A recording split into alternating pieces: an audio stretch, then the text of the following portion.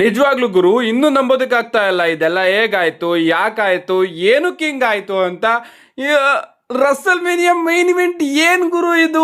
ಯಪ್ಪ, ಮೊದಲನೇದಾಗಿ ಇದು ರಸಲ್ ಮೇನಿಯಾ ಅಂತ ಫೀಲೇ ಕೊಡ್ಲಿಲ್ಲ ಬಿಡಿ. ಯಾಕಂದ್ರೆ ಮ್ಯಾಚಸ್ಗಳಂತೂ ಸಿಕ್ಕಾಪಟ್ಟೆ ಚಿಕ್ಕದಾಗಿತ್ತು. ಕಣ್ ತೆಗಿಯೋ ಅಷ್ಟರಲ್ಲಿ ಮ್ಯಾಚಸ್ಗಳೇ ಮುಗ್ದೋಗೋದು.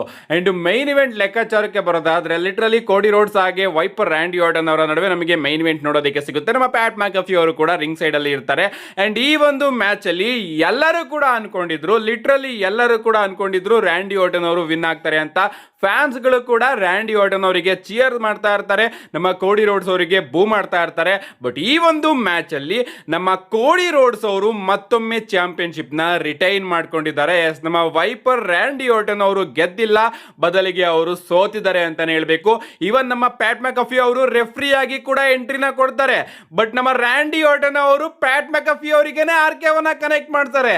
ಎಲ್ಲಿಂದ ಎಲ್ಲಿಗೆ ಗುರು ಕನೆಕ್ಷನ್ ನನಗಂತೂ ಅರ್ಥನೇ ಆಗ್ಲಿಲ್ಲ. ಪ್ಯಾಟ್ ಮ್ಯಾಕಫಿ ಅವರ ಜೊತೆ ಫ್ರೆಂಡ್ ಆಗಿದ್ರು, ಈ ಕಡೆ ರೆಫ್ರಿ ಆಗಿ ಬಂದು ಹೆಲ್ಪ್ ಮಾಡಬೇಕಾದ್ರೆ ಅವರಿಗೇನೆ ಆರ್ಕೆವನ್ನ ಕನೆಕ್ಟ್ ಮಾಡ್ತಾರೆ.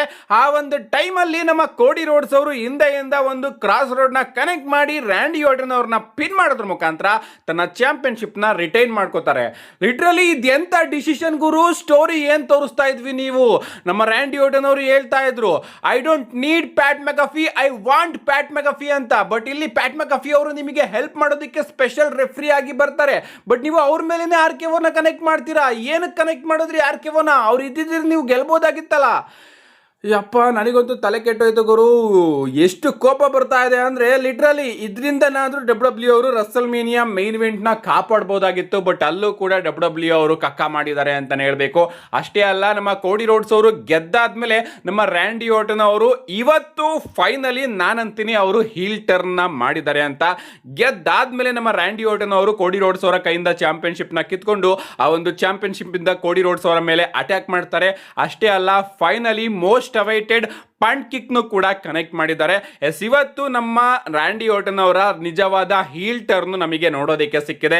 ಇಲ್ಲಿ ಕೋಡಿ ರೋಡ್ಸ್ ಅವರು ಹೀಲು ಫೇಸು ಏನು ಗೊತ್ತಾಗ್ತಾ ಇಲ್ಲ. ಒಟ್ಟಿನಲ್ಲಿ ಇಡೀ ಕ್ರೌಡ್ ರ್ಯಾಂಡಿ ಆರ್ಟನ್ ಅವರಿಗೆ ಚಿಯರ್ ಮಾಡ್ತಾ ಇದೆ, ಕೋಡಿ ರೋಡ್ಸ್ ಅವರಿಗೆ ಬೂ ಮಾಡ್ತಾ ಇದೆ.